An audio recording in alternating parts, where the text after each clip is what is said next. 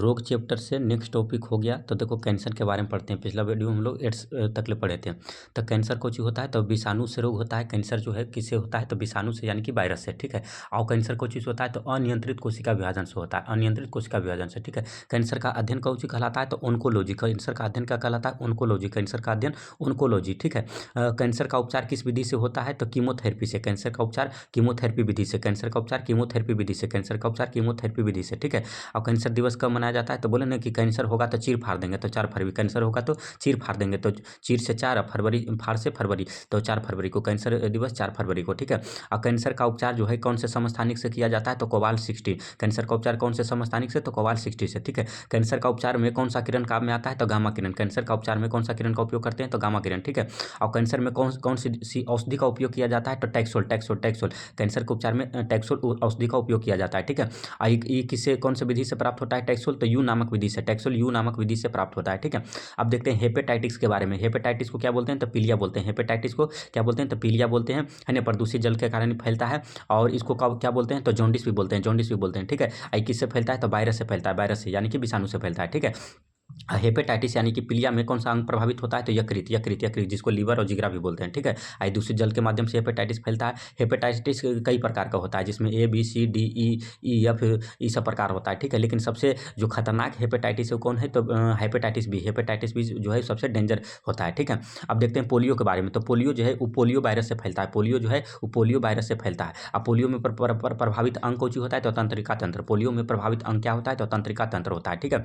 अब पोलियो के टीका का खोज किसने किया तो जॉन ई सॉल्क ने। जॉन ई सॉल्क ने, जॉन ई सॉल्क ने, जॉन ई सॉल्क ने, जॉन ई सॉल्क ने पोलियो के टीका का खोज जॉन ई सॉल्क ने किया 1952 में। अब पोलियो ड्रॉप का खोज किसने किया polio oral vaccine, POV, polio oral vaccine. Polio drop यानी कि पोलियो ओरल वैक्सीन। ओरल का मतलब कुछ होता है जो मुंह में लेता है। तो पोलियो ओरल वैक्सीन यानी कि पोलियो ड्रॉप का खोज किसने किया तो सेबिन ने, सेबिन ने, सेबिन ने, सेबिन ने 1962 में, सेबिन ने 1962 में, ठीक है। अब मलेरिया के बारे में पढ़ते हैं। तो मलेरिया का वाहक कौन होता है तो मादा एनाफिलीज मच्छर होता है, ठीक है। अब मलेरिया जो है किससे होता है तो प्रोटोजोआ से होता है। प्रोटोजोआ में कौन सा प्रोटोजोआ तो प्लाज्मोडियम, प्लाज्मोडियम, ठीक है। अब मलेरिया कौन से अंग को प्रभावित करता है तो तिल्ली बोल लो, आरबीसी बोल लो, प्लीहा बोल लो, ये सब कुछ ये मलेरिया से प्रभावित अंग है, ठीक है।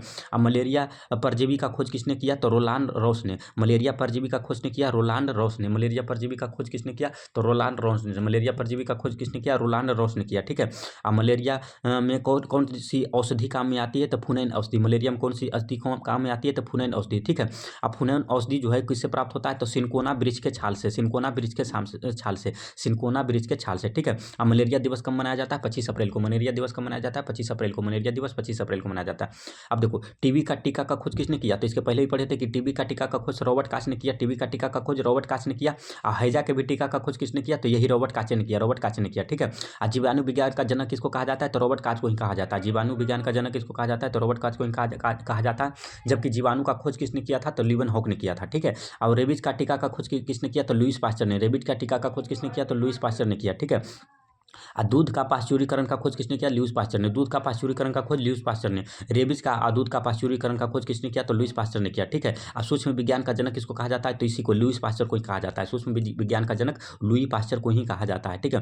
देखो विश्व का पहला टीका का कौन था तो चेचक का टीका। विश्व का पहला टीका कौन था तो चेचक का टीका था, ठीक है। और चेचक का टीका का खोज किसने किया तो एडवर्ड जेनर ने। एडवर्ड जेनर ने चेचक का टीका का खोज एडवर्ड जेनर ने, चेचक के टीका का खोज एडवर्ड जेनर ने किया, ठीक है। देखो विश्व का पहला एंटीबायोटिक किससे बनाया गया था तो पेनिसिलियम कवक से बनाया गया था। विश्व का पहला एंटीबायोटिक किससे बना था तो पेनिसिलियम कवक से बना था। विश्व का पहला एंटीबायोटिक किससे बना था तो पेनिसिलियम कवक से बना था, ठीक है। अब एंटीबायोटिक का खोज किसने किया था तो अलेक्जेंडर फ्लेमिंग ने। एंटीबायोटिक का खोज किसने किया था तो अलेक्जेंडर फ्लेमिंग ने किया था, ठीक है। होम्योपैथी का खोज किसने किया तो हैनीमैन ने। होम्योपैथी का ह से होम्योपैथी तो ह से हैनी, तो हैनीमैन ने। होम्योपैथी का खोज हैनीमैन ने, ठीक है। डायबिटीज यानी कि मधुमेह किसके कारण होता है तो इंसुलिन के कमी का कारण होता है। इंसुलिन में कोची पाया जाता है तो जिंक नामक तत्व पाया जाता है। जिंक का जब कमी हो जाता है तो कोची होता है डायबिटीज यानी कि मधुमेह रोग होता है, ठीक है। इंसुलिन का खोज किसने किया था तो बेटिंग एवं बेस्ट ने। बेटिंग एवं बेस्ट ने इंसुलिन का खोज किसने किया था तो बेटिंग एवं बेस्ट ने, ठीक है। डायबिटीज दिवस कब मनाया जाता है 14 नवंबर को। डायबिटीज दिवस कब मनाया जाता है 14 नवंबर को। अब आगे देखो, जब शरीर में हम लोग के शरीर में कोई भी तत्व की अधिकता हो जाएगी तो उससे कौन सा रोग होगा, ये देखो। तो देखो, शरीर में पारा की अधिकता हो जाएगी तो मिनी माता रोग होगा। शरीर मतलब माता रानी के पारा गर्म है तो कुछ हो जाएगा मिनी माता। तो पारा की अधिकता से कौन सा रोग होगा, तो मिनी माता। शरीर में पारा की अधिकता से मिनी माता रोग। कॉपर को क्या बोलते हैं, तांबा। तो तांबा का अधिकता हो जाएगा, यानी कि कॉपर की अधिकता तो कुछ होगा बिल्सन रोग। कॉपर की अधिकता से बिल्सन रोग, कॉपर की अधिकता से बिल्सन रोग। नाइट्रेट की अधिकता से ब्लू बेबी सिंड्रोम, नाइट्रेट की अधिकता से ब्लू बेबी सिंड्रोम, नाइट्रेट की अधिकता से ब्लू बेबी सिंड्रोम। आर्सेनिक की अधिकता से कोची, तो ब्लैक फूड। आर्सेनिक की अधिकता से ब्लैक फूड, आर्सेनिक की अधिकता से ब्लैक फूड, आर्सेनिक की अधिकता से ब्लैक फूड रोग, ठीक है। कैडियम की अधिकता से इटाइटाई, कैडियम की अधिकता से इटाइटाई, कैडियम की अधिकता से इटाइटाई, कैडियम की अधिकता से इटाइटाई। लोहा की अधिकता से लौहमता रोग, जिसको इंग्लिश में सिरोडिस बोलते हैं। लोहा की अधिकता से लौहमता रोग, जिसको इंग्लिश में सिरडोसिस बोलते हैं। लोहा की अधिकता से लोहयता रोग, जिसको इंग्लिश में सिरोडिस बोलते हैं, ठीक है। और लोहा की कमी से एनीमिया रोग, लोहा की कमी से एनीमिया रोग होता है, ठीक है। अब देखते हैं कि तत्वों की कमी से पेड़ पौधा में होने वाला रोग। तो देखो, धान में खैरा रोग होता है जिंक की कमी के कारण। धान में खैरा रोग जिंक के कमी के कारण, ठीक है। मक्का में व्हाइट बड रोग, मक्का में व्हाइट बड रोग जिंक की कमी के कारण, मक्का में व्हाइट बड रोग जिंक की कमी के कारण। देखो, आम में लिटिल लीफ रोग, तो जिंक के कमी के कारण। आम में लिटिल लीफ रोग किसके कारण, तो जिंक के कमी के कारण। अब बैगन में भी लिटिल लीफ रोग किसके कारण, तो जिंक के कमी के कारण। बैगन में भी लिटिल लीफ रोग जो है जिंक के कमी के कारण होता है, ठीक है। अब देखो, नींबू में डाई बैंक रोग किसके कारण होता है, तो कॉपर के कमी के कारण। नींबू में डाई बैंक रोग किसके कारण, तो कॉपर की कमी के कारण। नींबू में डाई बैंक रोग किसके कारण, तो कॉपर के कमी के कारण। और नींबू में लिटिल लीफ रोग, तो कॉपर के कारण। नींबू में लिटिल लीफ रोग किसके कारण होगा, तो कॉपर के कारण होगा, ठीक है, कमी के कारण। अब फूलगोभी की पत्ती में ब्राउनिंग रोग किसके कारण होता है, तो बोरोन की कमी के कारण। बस ब्राउनिंग, तो बस से बोरोन। फूलगोभी में पत्ती में ब्राउनिंग रोग किसके कारण होता है, तो बोरोन के कमी के कारण होता है, ठीक है। और लीची के पत्ता का जल जाना किसके कमी के कारण, तो पोटेशियम के कमी के कारण। लीची का पत्ता जल जाता है पोटेशियम के कमी के कारण। लीची का पत्ता जल जाता है पोटेशियम के कमी के कारण। अब देखो, आलू में ब्लैक हट रोग होता है तो भंडारण में ऑक्सीजन की कमी के कारण, जहां पर रखल जाता है आलूआ, तो आलू में ब्लैक हट रोग होता है भंडारण में ऑक्सीजन की कमी के कारण। आलू में ब्लैक हट रोग होता है भंडारण में ऑक्सीजन की कमी के कारण। अब देखो, मटर में मार्स रोग, तो मैग्नीज के कारण, कमी के कारण। मटर में मार्स रोग मैग्नीज के कमी के कारण। मटर में मार्स रोग मैग्नीज के कमी के कारण होता है, ठीक है। अब देखते हैं पेड़ पौधा में जीवाणु, विषाणु और कवक के कारण होने वाला रोग कौन है, तो आलू में सैथिल रोग होता है जीवाणु के कारण। आलू में सैथिल रोग जीवाणु के कारण। आलू में सैथिल रोग जीवाणु के कारण। नींबू संतरा में साइट्रस कैकर रोग, साइट्रस कैकर रोग जीवाणु के कमी के कारण, जीवाणु के कारण। नींबू में संतरा रोग किसके होगा, तो जीवाणु के कारण। कौन रोग होगा नींबू संतरा में, तो साइट्रस कैकर रोग, ठीक है। अच्छा, धान में अंगमारी रोग जीवाणु के कारण। धान में अंगमारी रोग जीवाणु के कारण। धान में अंगमारी रोग जीवाणु के कारण। और कॉटन में black arm of cotton, cotton में ब्लैक ऑर्म ऑफ कॉटन किसके कारण होता है, तो जीवाणु के कारण होता है, ठीक है। अब देखो, विषाणु से तीन गो है, विषाणु से तीन गो है VVI, ठीक है। तंबाकू में मोजक रोग, तंबाकू वाला मोजक रोग जो है विषाणु के कारण। तंबाकू में कौन सा रोग होता है, तो मोजक रोग होता है किसके कारण, विषाणु के कारण। बनाना में मंकी टॉप और बनाना रोग किसके कारण, विषाणु के कारण। बनाना में मंकी टॉप और बनाना रोग होता है किसके कारण, विषाणु के कारण। आलू में मौजक रोग, आलू में मौजक रोग, आलू में मौजक रोग किसके कारण, तो विषाणु के कारण, ठीक है। अब देखते हैं कवक के कारण होने वाला रोग। तो देखो, गन्ना में लाल सड़न रोग किसके कारण, तो कवक के कारण होता है। मक्का में टिक्का रोग, मक्का में टिक्का रोग कवक के कारण। गेहूं में कीटू रोग, गेहूं में कीटू रोग कवक के कारण। और गेहूं में ढीला रोग, गेहूं में ढीला रोग, गेहूं में देखो दो यहाँ रोग है, कीटू रोग और ढीला रोग किसके कारण, कवक के कारण।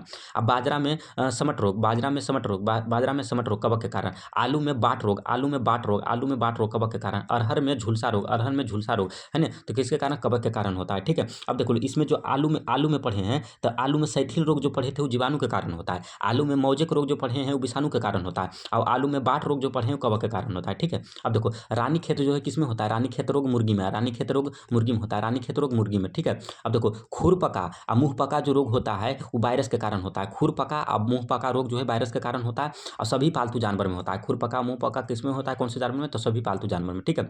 अब देखो, एक होता है पोकनी रोग और एक होता है एंथ्रेक्स रोग। एंथ्रेक्स रोग को हिंदी में गिल्टी रोग बोलते हैं। एंथ्रेक्स रोग को क्या बोलते हैं, हिंदी में गिल्टी रोग बोलते हैं। अच्छा, इसके पहले पढ़े थे कि एंथ्रेक्स रोग है जो है वो जीवाणु के कारण होता है। ये जो पोकनी रोग है वो विषाणु के कारण होता है, ठीक है। ये पोकनी रोग और एंथ्रेक्स रोग दोनों जो होता है खुर वाला जानवर में होता है, खुर वाला जानवर में होता है जिसमें भी खुरी रहता है, ठीक है।